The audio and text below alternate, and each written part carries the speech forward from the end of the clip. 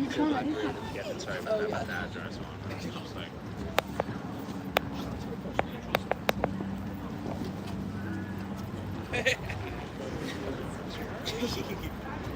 try to stay off the steps, okay, sir? Try to stay off the steps.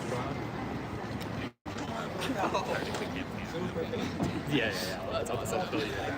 You can do other things. Please ever how to do these.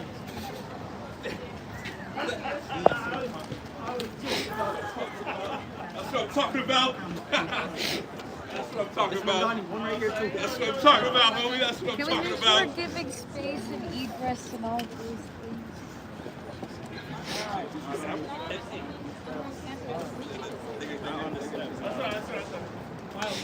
Gang, I repost you on TikTok.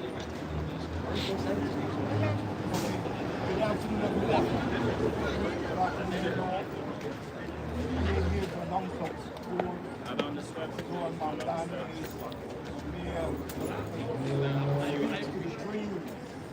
Of our city's young people. Dreams of affordable, equitable, and a thriving New York for everyone.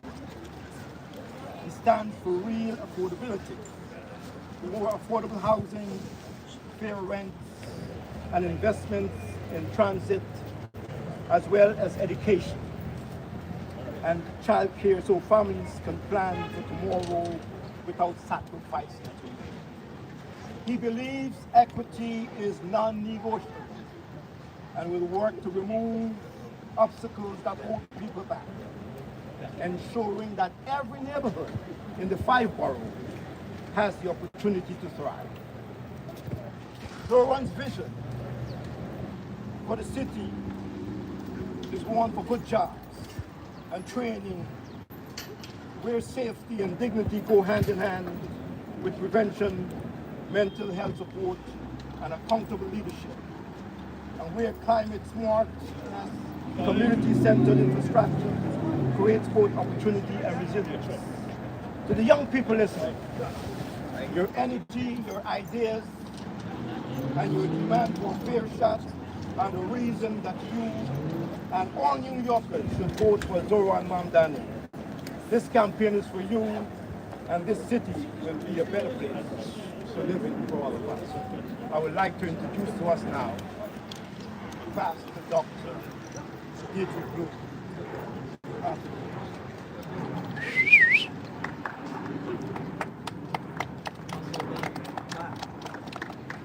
You know, it has been said that our city is in the middle of an affordability crisis. And I would simply say that that's true and it's not true. It's not just an affordability crisis, it's a policy crisis as well. In New York City right now, HPD and the City Council has not taken into consideration those individuals who are making in between $35,000 and $65,000. If you are under $35,000, you can get supportive housing subsidies. If you're above $65,000, you can get housing subsidies. But what about the working poor? What about those individuals who get up every day, who take care of our elderly, who teach our children, who drive our ambulances, who protect our streets? Where do they live?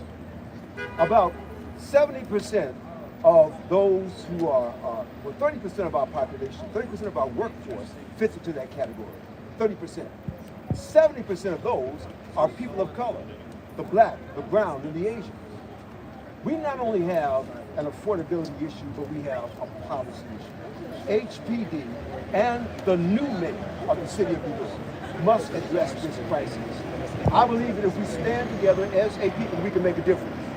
Somebody said, well, Pastor Blue, from the New York Independent Commission for Housing Policy, if you indicate endorsing or Mandami, well, the 501c don't endorse. But we do take note. And we have taken note that we need a candidate who goes beyond the dribble and the babble of only trying to solicit votes at election time. We want a candidate who will stand for the people of New York. Therefore, we have taken note of a noteworthy individual. Come on now. All right. Of a noteworthy individual, Mr. Mondani. Woo! Yes.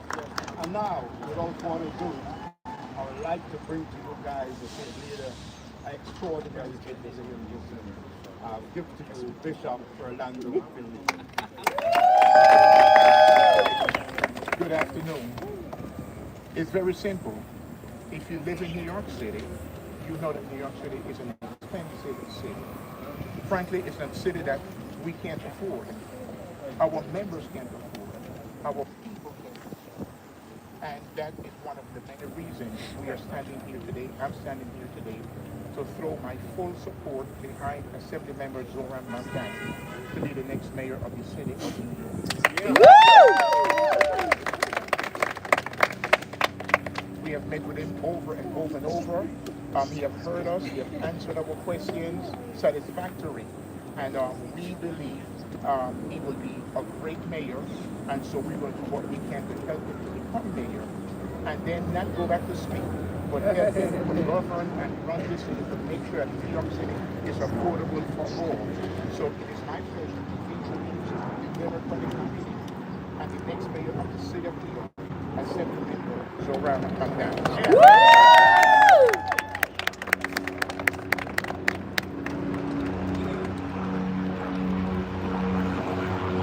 Good afternoon, everyone. Afternoon. It is such a pleasure to stand here alongside leaders in New York City. And I say leaders because what I've heard from New Yorkers across the 5 boroughs is that as their faith diminishes in politicians' ability to not only listen to their concerns but deliver on them, they have time and time again turned to faith leaders to serve them, to steward them. And it has been a privilege of mine to sit with these very leaders over these last months to better understand the needs of the very New Yorkers that have most often been left behind by city government, as we plan out a shared purpose and a shared destination of serving those New Yorkers.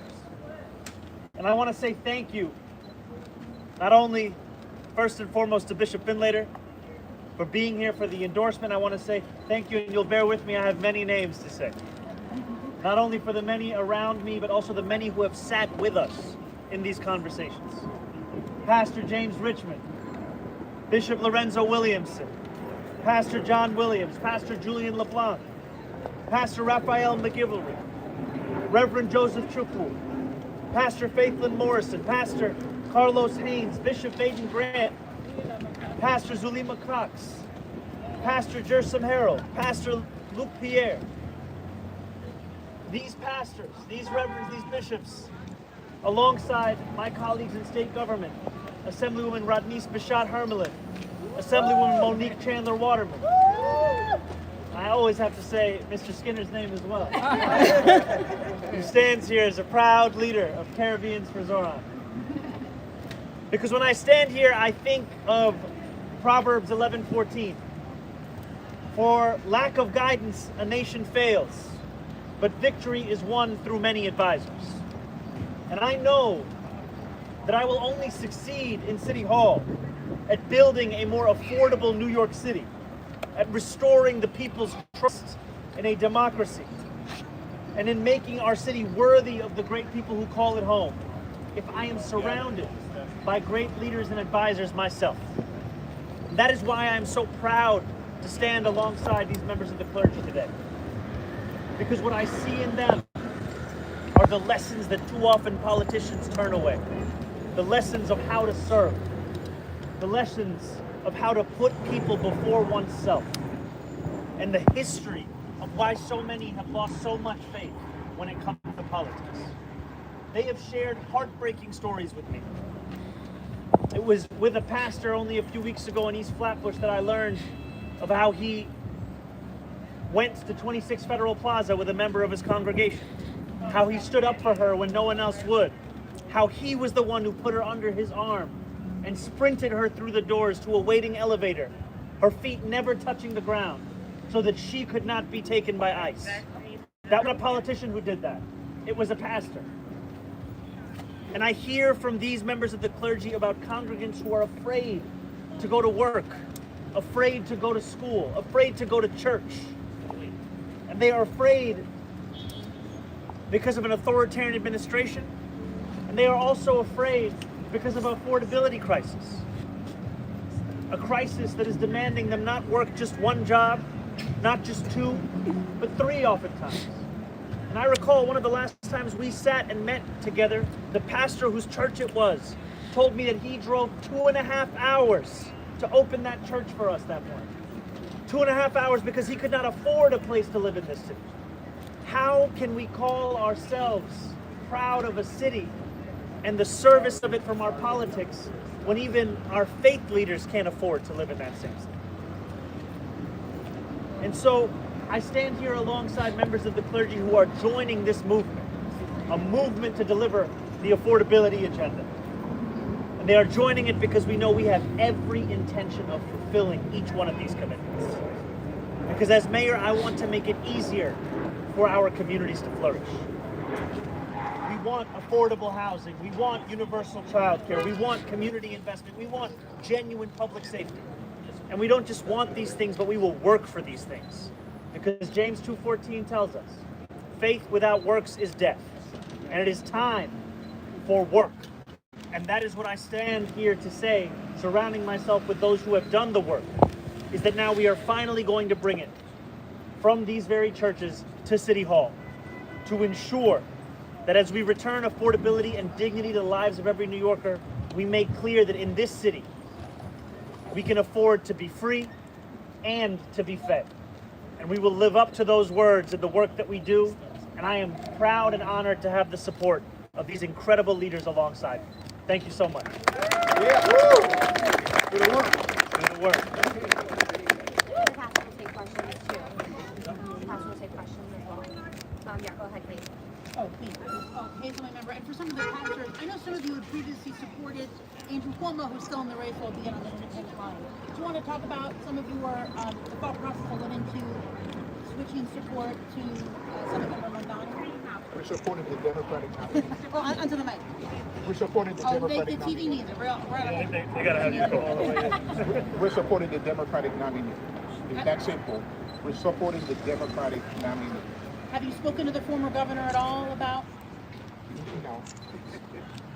We're supporting the Go ahead, Democratic. Joe. Hey Joe, how's it going? It's great to see you. I have a related question for KS.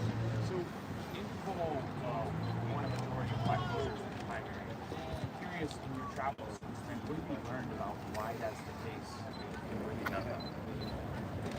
You know, in the primary, I was sitting with a pastor at his church that he had already endorsed Andrew Cuomo.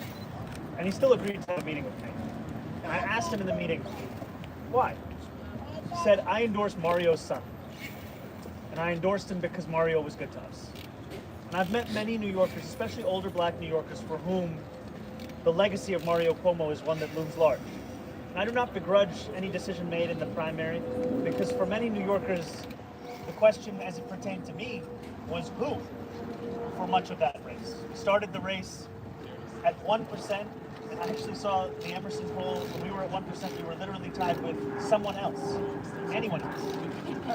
And I'm proud that we won the primary by 13 points. I'm proud to have won the support of young black voters across the city. And over these last few months, introducing myself to older black voters and New Yorkers across the 5 boroughs. And also making clear that though there is often a tendency in our politics to describe everything as if it is new, as if it is first, that what this campaign is also building on is a longer legacy in the fight for dignity. You know, when I was at Cornerstone Baptist Church recently, it was the same church where in 1958, after Dr. King was stabbed, that was where he recuperated, in the parsonage of that church. And so when I quote Dr. King asking, what good is having the right to sit at a lunch counter if you can't afford to buy a hamburger?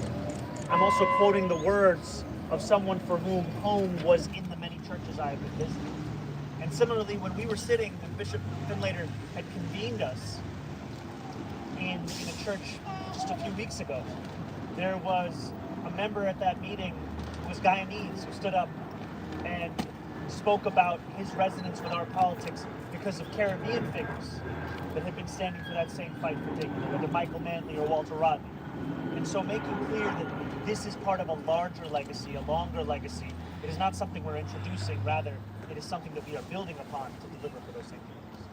Thank you. So President Trump has been calling you radical, lunatic, communist, leftist, and he's threatening to cut fundings for New York City if you are elected mayor. What do you think about this, and how will you collaborate with Trump? President Trump has called me many things. He wakes up every morning and he has a new word. The most important thing is how we serve New Yorkers. We've seen this president suspend $18 billion in infrastructure funding before I'm the mayor. We've seen him do it in a blatant act of political retribution, an act that will keep New Yorkers sitting in traffic, keep New Yorkers mired by delays, and will continue to betray New Yorkers who live in Harlem who had been promised the extension of a 2nd Avenue subway to 125th Street decades ago. And frankly, this is what President Trump does. He punishes people because he's unable and unwilling to actually serve them in the fulfillment of the campaign promise he did. The reason that he is so furious about my prospective election is because he knows that unlike him, I won't just campaign on a message of affordability. I'll actually deliver it. And that is what he's scared of. He's scared of the contrast between his record of exacerbating a cost of living crisis after running on a message of cheaper groceries and what my record will be. Standing alongside members of the clergy as we not only freeze the rent, not only make buses fast and free, not only deliver universal child care, but also understand that in doing so, we are standing up against an authoritarian administration in Washington, D.C. For doing all that, you do need his support, his money, right?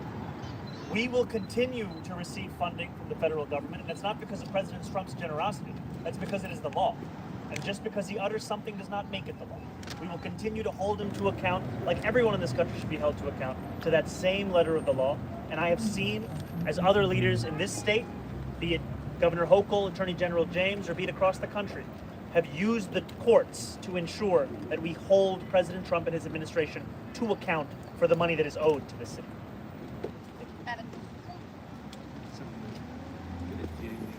How's it going?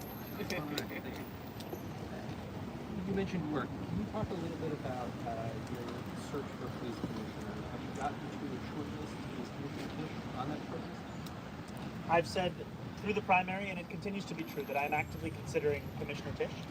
And I'm doing so because I appreciate her swift and decisive action to uproot corruption at the upper echelons of the NYPD, and her presiding over lower levels of crime across the city. And those are things that I think deserve to be acknowledged and recognized.